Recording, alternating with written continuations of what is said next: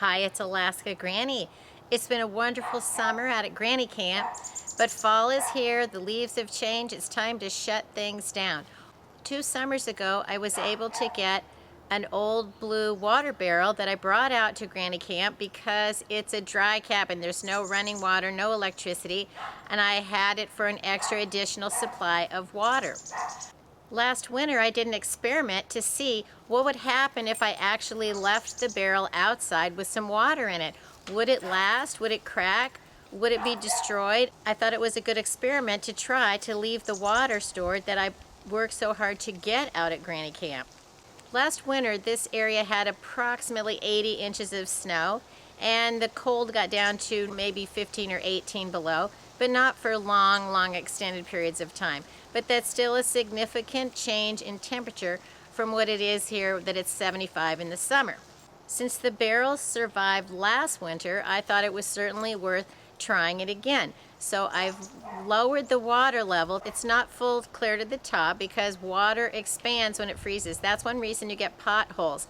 You get a hole in the ground, water gets in it, it freezes and expands, and it cracks out the cement or the blacktop or whatever the surface is, and that's what then causes the potholes.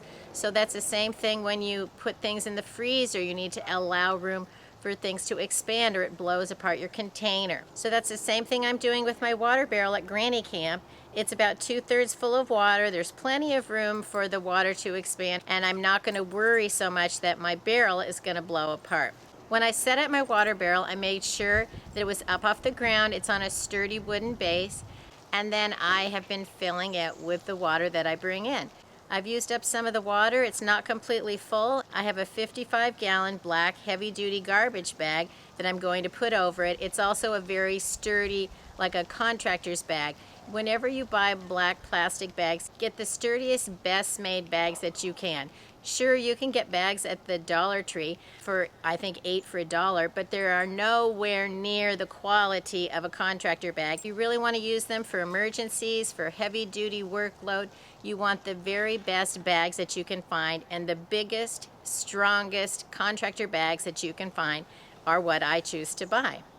They're a little bit more money, but they're definitely worth it.